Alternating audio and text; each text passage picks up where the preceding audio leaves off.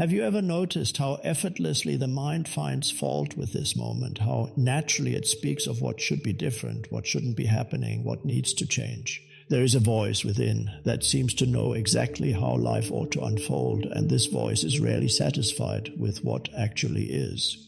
This voice speaks so convincingly, so persuasively, that we rarely question its authority. It tells us about the weather that's too hot or too cold, the traffic that moves too slowly, the people who behave incorrectly, the circumstances that have somehow arranged themselves in opposition to our preferences. And in listening to this voice, in agreeing with its assessments, something very subtle happens. We step out of the aliveness of this moment and into a mental commentary about this moment. Notice this now. As you listen to these words, is there perhaps already a small voice commenting, "Yes, I do complain too much," or maybe, "But some things really are worth complaining about." Do you hear it? This is not wrong. This is simply what the mind does. It comments, it judges, it complains.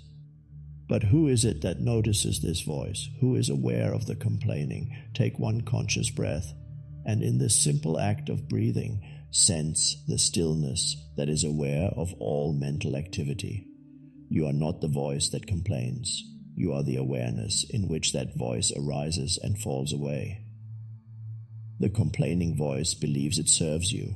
It believes it protects you from accepting what shouldn't be accepted, from becoming passive in the face of problems that need solving. And sometimes this voice points to situations that genuinely call for response or action. But more often than not, the complaining voice is simply talking. It is mental noise that creates the illusion of doing something about circumstances while actually doing nothing except disturbing your peace.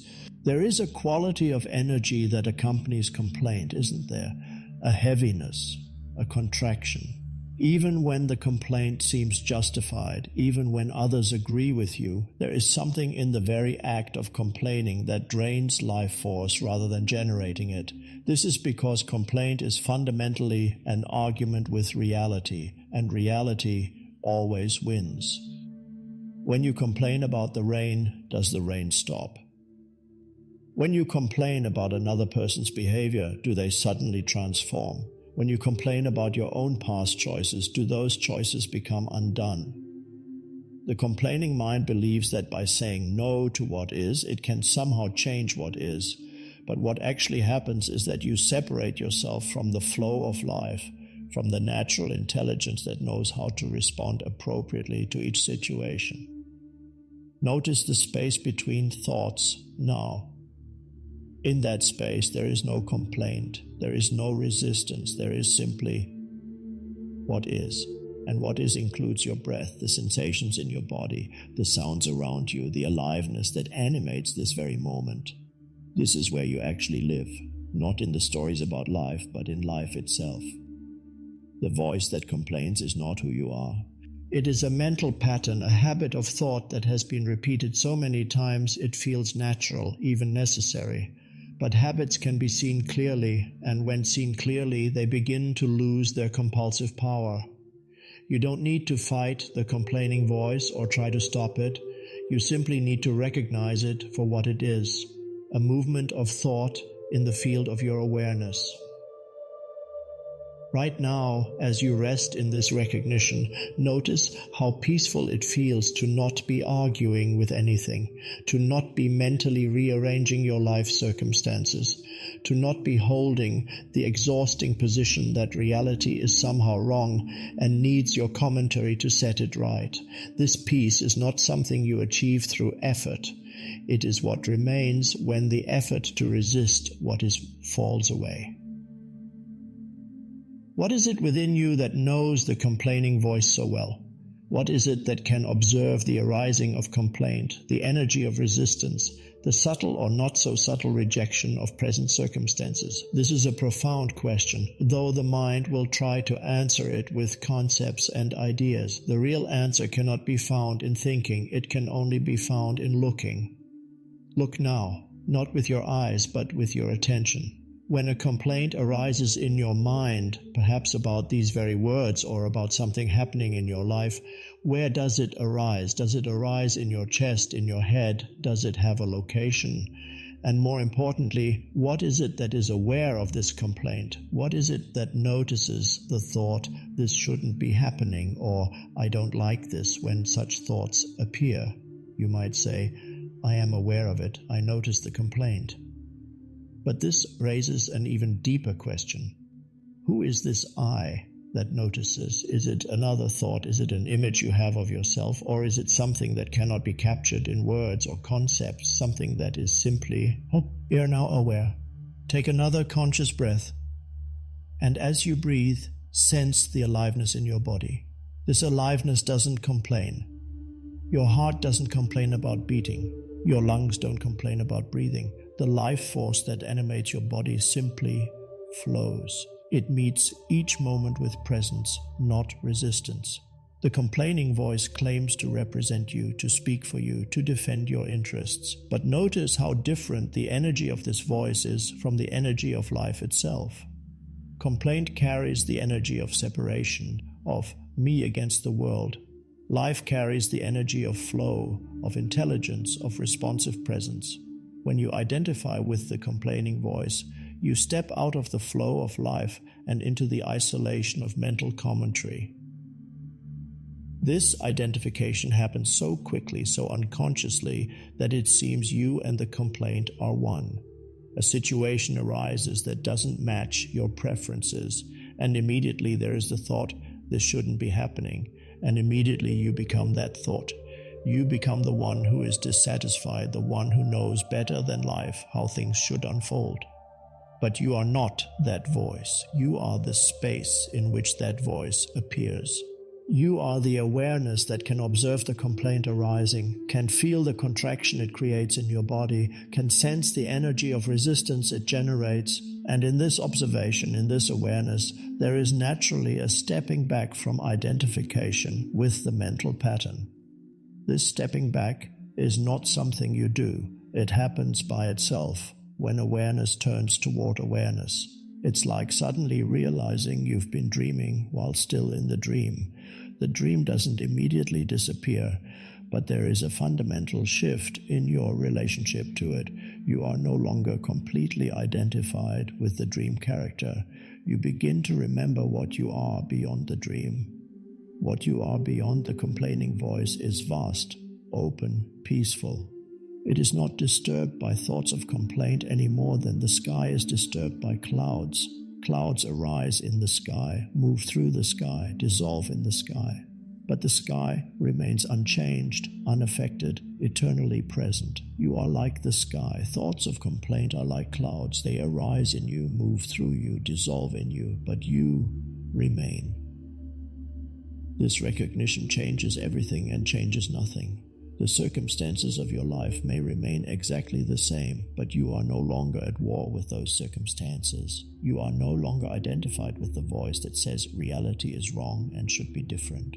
You rest in what you are, the aware presence in which all experience unfolds. Notice how much energy becomes available when you're not fighting with what is. Notice how much mental space opens up when you're not constantly commenting on your experience. This energy, this space, is where wisdom arises. This is where appropriate action comes from, not from the reactive complaint, but from the responsive stillness of aware presence. Every complaint, no matter how small or seemingly justified, carries within it the same essential message: this should not be. Whether you're complaining about traffic, weather, another person's behavior, or your own life circumstances, the underlying position is always the same. You are taking a stand against reality as it is and insisting that it should be different. This might seem reasonable. After all, many things in life could indeed be improved. Situations arise that call for change, for action, for response. But there is a profound difference between responding to life from presence and reacting to life from resistance. Complaint is always a form of resistance. It is the ego's way of maintaining its sense of identity through opposition. The ego loves to be right, especially about how life should be different. It gains energy from finding fault, from identifying problems, from maintaining the position that it knows better than life itself how things should unfold. Every complaint feeds this sense of separateness, this illusion that you are somehow standing outside of life, judging it from a position of superior knowing. But where is this position? When you complain about rain, are you separate from the weather? When you complain about another person, are you separate from the human condition? When you complain about your own life, are you separate from life itself? The sense of separation is an illusion created by thought.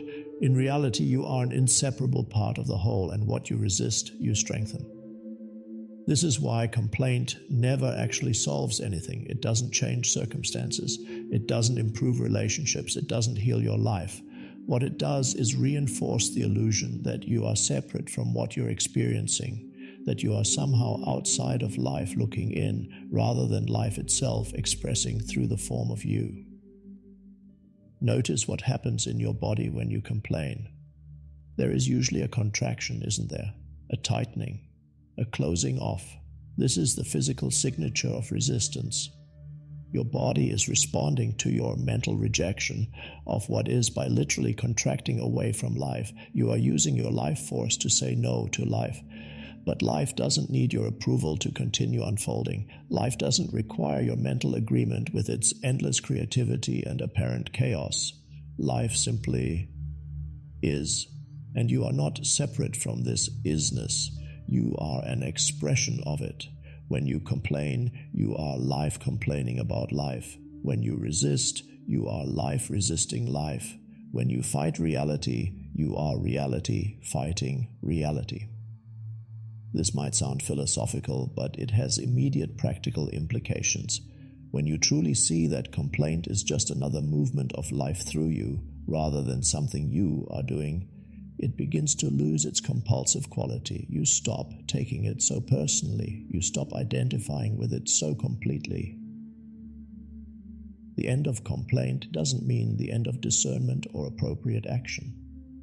When you stop arguing with reality, you don't become passive or resigned. On the contrary, you become available to respond from wisdom rather than reactivity. You can address situations that need address. Sing without the energy drain of internal resistance. The rain may still be inconvenient, but you respond to it practically without the additional layer of mental complaint. Another person may behave in ways you don't prefer, but you can address the situation without the story that they shouldn't be as they are. Your life circumstances may be challenging, but you can take appropriate action without the background narrative that life is somehow wrong for presenting you with challenges. This is the beginning of real freedom. Not freedom from life's endless changes and challenges, but freedom from the mental resistance that turns every challenge into suffering. Not freedom from preferences. You may still prefer sunny weather to rain, but freedom from the compulsive need to argue with reality when your preferences aren't met. Take one more conscious breath and notice that in this moment, just as it is, there is nothing to complain about. Not because everything is perfect according to your preferences, but because complaining exists only in mental commentary about this moment, never in this moment itself. In this moment, there is simply what is, and what is includes you as the aware presence in which all experience unfolds. This aware presence never complains. It simply is, open, accepting, responsive, alive. This is what you are beyond all the voices in your head. This is what you have always been, even when you believed you were the voice that complains. You are the stillness in which all voices arise and pass away. There is something else that feeds on complaint, something that thrives in the energy of dissatisfaction and resistance. You might call it the accumulated pain of the past, the emotional residue of a lifetime of saying no to life. This pain has taken on a life of its own, and it is always hungry for more of the same energy that created it. Watch what happens when you begin to complain. Notice how one complaint often leads to another, and then another. The mind that begins by complaining about the weather somehow finds its way to complaining about everything else: work, relationships, health, the state of the world. There is a momentum to complaint that seems to have its own intelligence, its own agenda. This is not random. The accumulated emotional pain within you has learned that complaint is food. Every time you resist what is, every time you argue with reality, every time you generate the energy of dissatisfaction, you are feeding this unconscious entity that lives within your psyche. And like any living thing, it wants to survive and grow. This pain from the past masquerades as wisdom. It tells you that your complaints are justified, that you have every right to be dissatisfied, that only by resisting what is can you protect yourself from accepting unacceptable situations. It uses your intelligence against you, making very convincing arguments for why this particular complaint is necessary and righteous.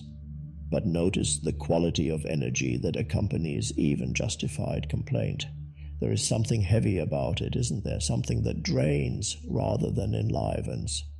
Even when you are absolutely right about a situation that needs to change, the energy of complaint itself creates suffering. This is because complaint always carries the pain of the past with it. The pain of the past lives in your body as much as in your mind. It creates patterns of tension, contraction, and reactivity that become so familiar you mistake them for your natural state. When you complain, you can feel this pain awakening in your body. Your jaw tightens, your shoulders rise, your breathing becomes shallow. The body is responding to the mental resistance by literally armoring itself against life. This unconscious pain is cunning. It knows exactly which buttons to push to trigger your resistance. It knows your personal history of disappointment and frustration. It knows which situations are guaranteed to generate the energy of complaint. And it orchestrates encounters with these situations, not to torture you, but to feed itself. You might notice this in your daily life. Certain people seem to consistently irritate you. Certain situations repeatedly arise that push you into complaint. The unconscious pain has a magnetic quality. It attracts circumstances that match its vibration. This is not punishment or bad luck. This is simply consciousness showing you where you are still unconscious, where you are still identified with pain. Take a conscious breath now and feel your body. Is there tension anywhere? Is there contraction? This might be the pain of the past, making itself known through your resistance to these very words. The pain doesn't want to be exposed. It prefers to operate in darkness, to influence your thoughts and reactions without being seen. But the moment you become aware of this pain, something shifts. The moment you recognize the voice of complaint as the voice of accumulated suffering rather than your authentic wisdom, you begin to withdraw your identification from it. You begin to see that you don't have to feed it anymore. This doesn't mean suppressing complaint when it arises. Suppression is just another form of resistance. Instead, it means becoming conscious of the process. When complaint arises, you can notice it. You can feel how it affects your body. You can sense the energy of resistance it generates. And in this conscious observation, you naturally begin to starve the unconscious pain rather than feeding it. The pain of the past cannot survive in the light of present moment awareness. It needs unconsciousness to thrive. It needs you to believe that you are the complaint, that the resistance is justified, that the dissatisfaction is real and necessary.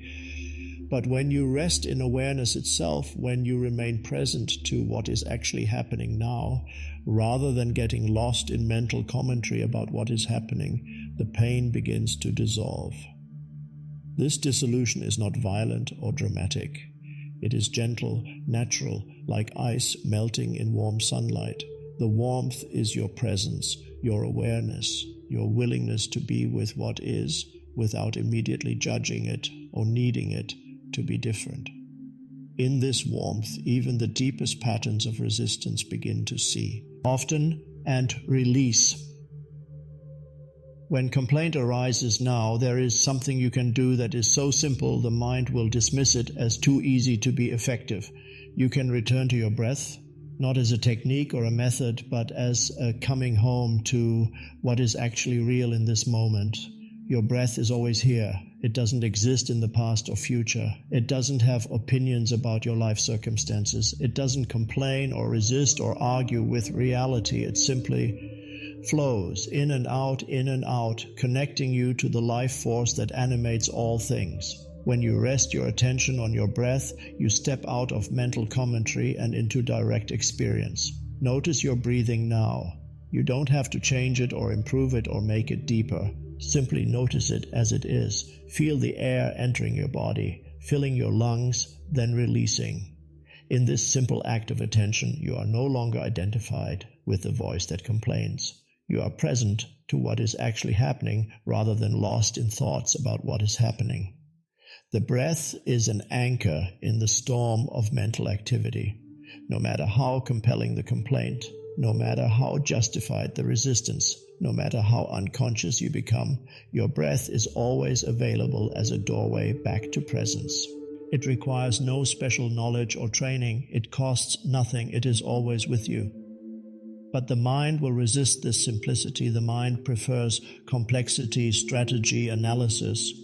It wants to understand why you complain, to trace the psychological roots of your resistance, to develop sophisticated methods for overcoming your patterns. The mind believes that big problems require big solutions. But the biggest problems, the problems of identification, of separation, of suffering, dissolve in the face of the simplest presence. When you feel complaint arising, when you notice the energy of resistance building in your body, you can simply breathe. One conscious breath, then another. Not to fix anything or change anything, but to return to what is real. To step out of the mental story and into the living reality of this moment. Your body knows how to be present. It doesn't live in concepts or stories. It lives in sensation, in feeling, in the immediate experience of aliveness. When you bring your attention to your body, to the feeling of your feet on the ground, to the sensations in your hands, to the rhythm of your heart, you automatically return to the present moment. This returning is not an escape from life's challenges. It is an awakening to your capacity to meet those challenges from presence rather than reactivity. When you are present in your body, when you are connected to your breath, you have access to an intelligence that the complaining mind cannot provide. This is the intelligence of life itself flowing through you. From this embodied presence, appropriate action arises naturally. You don't need to figure out what to do about difficult situations. You don't need to strategize or analyze or plan. You simply respond from the wisdom of the moment, from the intelligence that knows how to flow with life rather than fighting it. The return to breath and body is not a one-time event. It is a moment-by-moment choice, a continuous coming home to presence. Each time you notice that you've been lost in mental commentary, each time you become aware of resistance or complaint, you have the opportunity to return, not as a failure that needs correcting, but as consciousness remembering itself. This remembering happens through the simple gateway of embodied awareness. One breath. One moment of feeling your aliveness from within, one instant of being here rather than lost in thoughts about here. This is enough. This is everything. There comes a moment in this understanding when something profound shifts.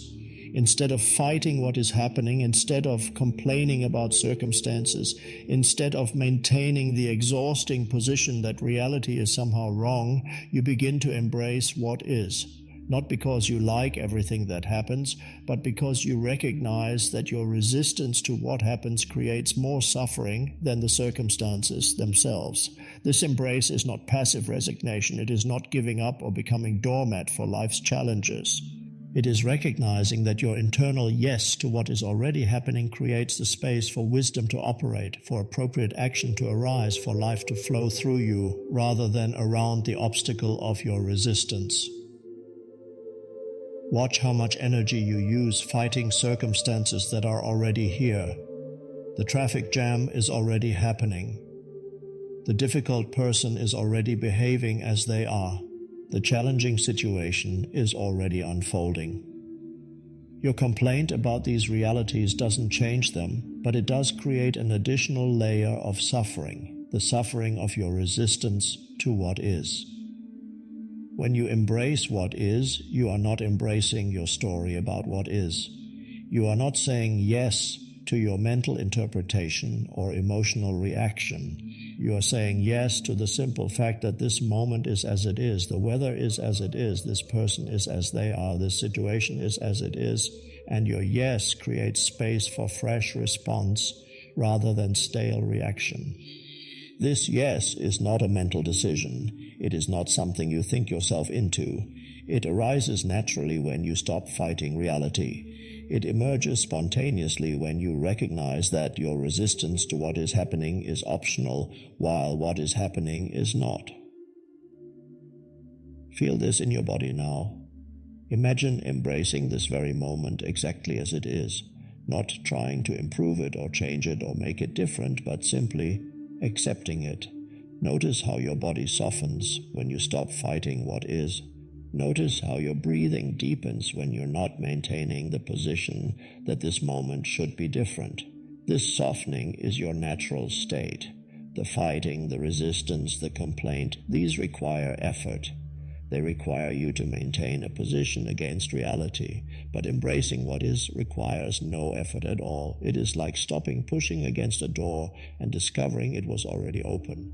From this embrace, you can still take action. You can still respond to situations that call for response. But your action comes from clarity rather than reactivity, from wisdom rather than resistance. You respond to what is rather than fighting what shouldn't be. The embrace of what is does not mean you lose your preferences or your capacity to create positive change. It means you stop making yourself suffer over the gap between what you prefer and what is actually happening. You stop creating problems on top of problems, suffering on top of pain, resistance on top of difficulty. This is where real power lies. Not in the power to force life to match your preferences, but in the power to remain present and responsive regardless of whether it does. Not in the power to avoid challenges, but in the power to meet challenges without adding the extra layer of resistance that turns challenges into suffering. When you embrace what is, you discover that what you were fighting was never really the circumstances themselves. What you were fighting was your own aliveness, your own life force, as it expresses itself through the ever-changing forms of experience. You were fighting yourself, and in that fighting you separated yourself from the very life you are. The embrace returns you to the flow. It reunites you with life as it actually is, rather than life as you think it should be. In this reunion, complaint becomes impossible not because you suppress it, but because there is no separate self left to maintain the position that reality is wrong. Take another conscious breath and notice that in this moment of embracing what is, there is peace. Not the peace of getting what you want, but the peace of no longer fighting what you have. This peace is your birthright. It is what remains when the war with reality ends. Beneath your embrace of what is, there lies something even deeper, something that exists prior to circumstances, prior to preferences, prior to the very need to embrace or resist anything at all. This is the fundamental yes of existence itself, the deeper affirmation that life gives to itself simply by being. You are an expression of this deeper yes. Your very existence is life saying yes to itself through the form of you. Before you have any opinion about your circumstances, before you decide whether to like or dislike what is happening, there is already this deeper yes that brought you into being and sustains you in every moment. This yes is not personal. It is not your individual approval or agreement with life's circumstances. It is the yes of being itself, the fundamental affirmation that underlies all existence. The sun says yes by shining. The tree says yes by growing. Your heart says yes by beating. This yes requires no effort, no decision, no understanding. It simply is. When you recognize this deeper yes, complaint becomes impossible for a very simple reason. There is no separate self left to complain. What would complain? The yes of being has no complaints about being. Life has no complaints about life. Existence has no objections to existence. This might sound abstract, but you can sense this deeper yes registriert. Right now, feel the aliveness in your body. This aliveness doesn't argue with itself. It doesn't resist being alive. It doesn't complain about the form life has taken through you. It simply is, fully, completely, unconditionally. The yes of being is what you are when you're not identified with thoughts, emotions, or circumstances. It is what remains when the complaining voice falls silent, when resistance dissolves, when the need to have life be different than it is disappears. It is not something you achieve or attain. It is what you are when everything else falls away. Notice the space between thoughts. In that space, there is no complaint, there is no resistance, there is no need for anything to be different. There is simply the pure yes of aware presence, the fundamental okayness that exists independent of circumstances. This okayness is not based on your life being perfect according to your preferences. It is not conditional upon circumstances improving or people behaving differently. It is the unconditional okayness of being itself, the recognition that existence needs no justification, no improvement, no validation from the mind. From this deeper yes, appropriate action still arises when needed. But it arises from wholeness rather than from lack, from presence rather than from resistance, from love rather than from complaint. When you act from the deeper yes, you are not trying to fix what's wrong with reality. You are allowing reality to express itself more fully through you. This is a profound shift in identity. Instead of being the person who has problems with life, you discover yourself as life itself, expressing through the temporary form of a person. Instead of standing outside of existence and judging it, you recognize yourself as existence, becoming conscious of itself. The deeper yes transforms everything while changing nothing. Your circumstances may remain exactly the same, but you are no longer in conflict with them. Your preferences may remain exactly the same, but you are no longer suffering over the gap between preference and reality. Your life may unfold in exactly the same way, but you are no longer resisting its unfolding. This yes is available in every moment, regardless of what is happening. In moments of joy and in moments of difficulty, in moments of clarity and in moments of confusion, in moments of health and in moments of illness. The deeper yes is deeper than all circumstances, deeper than all conditions, deeper than all the changing forms that life takes. When you rest in this deeper yes, you discover that you have never actually been separate from life. You have never actually been in conflict with existence. You have never actually had problems with reality. These were all movements of thought in the space of awareness, clouds in the sky of consciousness, waves on the ocean of being. You are not the wave complaining about the ocean. You are the ocean expressing itself as a wave. You are not the cloud arguing with the sky. You are the sky allowing clouds to appear and disappear within your vastness. You are not the person and having problems with life. You are life becoming conscious of itself through the temporary perspective of personhood. This understanding transforms the most ordinary moments into opportunities for awakening. The very situations that once triggered complaint become doorways to deeper presence. Waiting in line becomes a chance to practice stillness.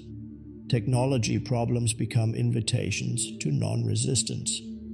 Difficult people become teachers, showing you where you're still unconscious. Consider the simple act of waiting. How often does waiting trigger complaint? The line is too slow, the appointment is delayed, the response you're expecting doesn't arrive when you think it should. But what if waiting became sacred time? What if delays became gifts of present moment awareness? When you're waiting and you notice complaint arising, you can return to your breath, feel your body, become present to what is actually happening rather than lost in thoughts about when it should be happening differently. In this presence, waiting is no longer a problem to be solved, but an opportunity to deepen into being. The weather offers endless opportunities for this practice. How much energy do you spend complaining about weather? Too hot, too cold, too rainy, too dry. But weather simply is what it is. Your complaint doesn't change it. Your resistance doesn't improve it. Your mental commentary doesn't affect it in any way. What if you could experience weather without the layer of mental judgment? Feel the air around you now. Is it warm or cool? Can you experience its temperature without immediately labeling it as too warm or too cool? Can you feel it simply as sensation, as direct experience, without the mind's commentary about whether it should be different? This practice extends to every aspect of daily life. Traffic becomes an opportunity to practice presence rather than a problem to complain about.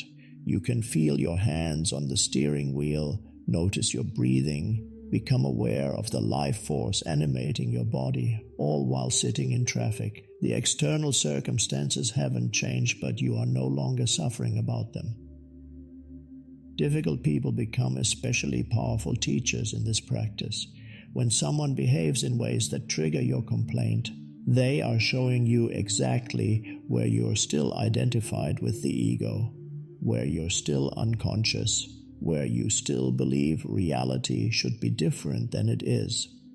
Instead of complaining about their behavior, you can notice your reaction to their behavior. You can feel the contraction in your body, observe the thoughts arising in your mind, become aware of the resistance you're generating. In this awareness, you begin to see that the other person is not the real problem. The real problem is your unconscious reaction to the other person. This doesn't mean accepting harmful behavior or failing to set appropriate boundaries. It means responding from consciousness rather than reacting from unconsciousness. It means addressing situations that need addressing without the additional layer of mental resistance that turns every challenge into suffering. The most mundane inconveniences become opportunities for enlightenment. The grocery store runs out of what you need. The computer crashes just before you save your work. The phone battery dies in the middle of an important call. These are perfect moments to practice non-resistance, to choose presence over complaint, to find the deeper yes beneath the surface irritation. Each time you choose presence over complaint, in these small moments, you are literally rewiring your nervous system. You are creating new patterns of response. You are training yourself to meet life from stillness rather than reactivity. These small moments are where the real transformation happens, not in dramatic spiritual experiences, but in the accumulation of conscious choices in ordinary circumstances. Notice how much more energy you have when you're not constantly fighting with small inconveniences. Notice how much more creative intelligence is available when you're not using your mental capacity to argue with reality. Notice how much more joy becomes possible when you're not constantly generating the energy of resistance. This is the practical alchemy of consciousness, transforming the lead of complaint into the gold of presence, turning the irritations of daily life into invitations to awakening, discovering the sacred in the most ordinary moments. Your life becomes your practice, and every moment becomes an opportunity to deepen into who you really are. When you stop fighting reality, something beautiful begins to happen. A natural appreciation starts to emerge, not as something you have to practice or cultivate, but as the spontaneous flowering of presence itself. This is not positive thinking or gratitude exercises. This is the recognition of the miracle that existence is, even in its most ordinary expressions. This appreciation is not based on circumstances being pleasant or meeting your preferences. It is not conditional upon life unfolding according to your plans. It is the natural response of consciousness when it is no longer busy arguing with reality. When the mind stops its constant commentary about how things should be different, the heart naturally opens to the wonder of how things actually are. Notice this possibility right now. Without trying to feel grateful, without making any effort to appreciate anything, simply stop resisting this moment. Stop the mental commentary about how it could be better or different. Just be here. In this simple being here, doesn't something soft emerge? A quiet recognition of the preciousness of aliveness itself. This is very different from forced positivity or spiritual bypassing. You are not trying to convince yourself that everything is wonderful when it clearly isn't. You are simply stopping the mental activity that prevents you from experiencing the life force that animates even difficult circumstances. Even in challenging situations, even in pain, even in loss, there is still the miracle of awareness itself. There is still the extraordinary fact that consciousness is here, able to experience whatever is appearing. This awareness that you are doesn't complain about what it is aware of. It simply receives. It allows. It includes everything without discrimination. When you rest in this awareness, appreciation emerges naturally. Not appreciation for specific things or circumstances, but appreciation for the underlying aliveness that expresses itself through all things and circumstances. This appreciation recognizes that life is giving itself completely in every moment, holding nothing back, expressing itself fully through whatever forms are arising. The breath moves in and out without your conscious direction. The heart beats without your management. The body repairs itself without your supervision. Life is constantly giving itself to you in ways so intimate and continuous that the mind takes them completely for granted. But when you become present to this gift, appreciation flows naturally.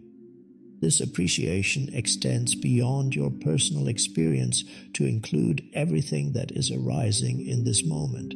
The sounds around you, the hum of electricity, the distant traffic, the birds, the silence between sounds, the light wherever you are, natural or artificial, bright or dim, the very fact that seeing is possible, the aliveness in your body, the sensations, the feelings, the pure fact of being embodied consciousness.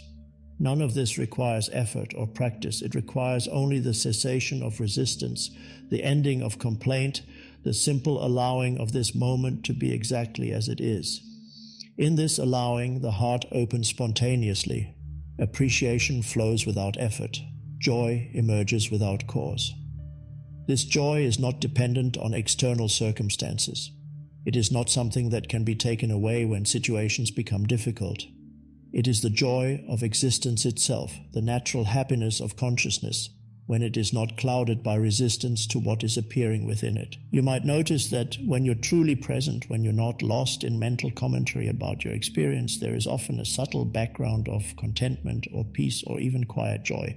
This is not an emotion that comes and goes. This is the natural flavor of consciousness, when it is simply being itself without the overlay of mental resistance. This background of well-being is what remains when complaining stops. It doesn't depend on anything being perfect in your life. It doesn't require special circumstances or peak experiences. It is simply what is revealed when you stop arguing with reality and allow yourself to be here, now, as you are. From this natural appreciation, creative action flows more easily. Solutions appear that weren't visible when you were lost in complaint. Responses arise that are more skillful than anything the reactive mind could devise. Life begins to move through you more fluidly when you stop opposing its movement. This is the secret that the complaining mind never understands. Appreciation is not only a more pleasant way to experience life, it is also a more effective way to navigate life. When you're aligned with what is, rather than fighting it, you have access to the intelligence of the whole, rather than just the limited perspective of the resistant ego. What happens when you live from this deeper understanding? What changes when your identity shifts from being the person who has problems with life to being life itself, expressing through the temporary form of a person? Everything changes and nothing changes. The circumstances of your life may remain exactly the same, but you are no longer in conflict with them. This is not a future possibility. This is available right now. You don't need to become someone different or achieve some special state of consciousness. You simply need to recognize what you already are beneath all the mental commentary, beneath all the complaints, beneath all the resistance to what is. You are the awareness in which all experience arises. Complaints arise in you, but you are not the complaint. Resistance arises in you, but you are not the resistance. Thoughts and emotions and circumstances arise in you, but you are not limited to any of them. You are the space in which they all appear and disappear. From this recognition, complaint naturally dissolves, not because you suppress it or fight it, but because there is simply no one left to complain. The separate self that had problems with reality is seen to be a mental construct, a collection of thoughts and memories and identifications that you mistook for who you are. What you actually are has no complaints about what you actually are. Being has no problems with being. Life has no arguments with life. This is not a philosophy or a belief. This is the direct recognition of what is true right now, in this moment as you are. This recognition doesn't make you passive or indifferent to suffering, your own or others. On the contrary, it makes you more effective at addressing suffering because you're no longer adding the extra layer of resistance that turns pain into suffering, challenge into drama, difficulty into tragedy. When appropriate action is needed, it arises naturally from this spacious awareness, but it arises without the compulsive energy of complaint, without the reactive force of resistance. It flows from wisdom rather than from reactivity, from love rather than from fear. You may still have preferences. You may still work to improve circumstances.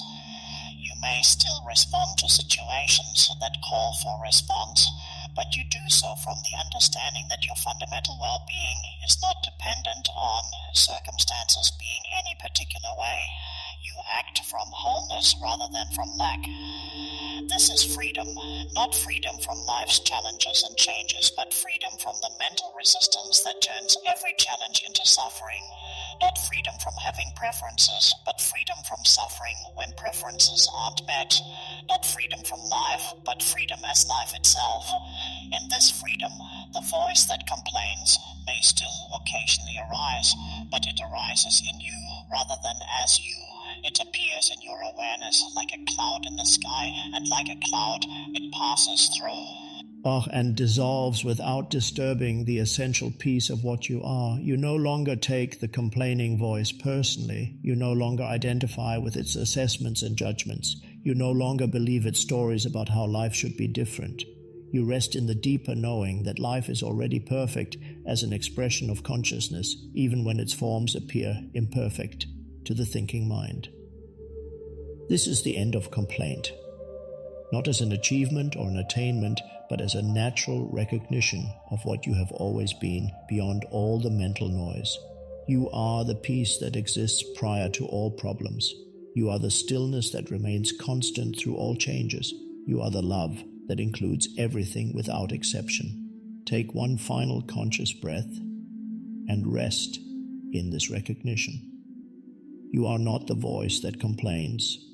You are not the mind that resists. You are not the person who has problems with reality.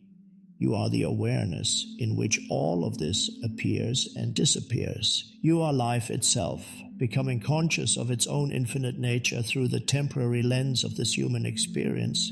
In this moment, there is nothing to complain about, not because everything is perfect according to your preferences, but because you are no longer separate from the perfection of what is. You are what is, expressing itself as the one who knows, the one who loves, the one who is eternally at peace with the endless creativity of existence. This peace is not something you achieve, it is what you are when all achieving stops. This love is not something you develop, it is what remains when all developing ends. This silence is not something you create, it is what you discover when all creating ceases. Rest here, be here, you are already what you have been seeking, you are already whole, you are already free, you are already home.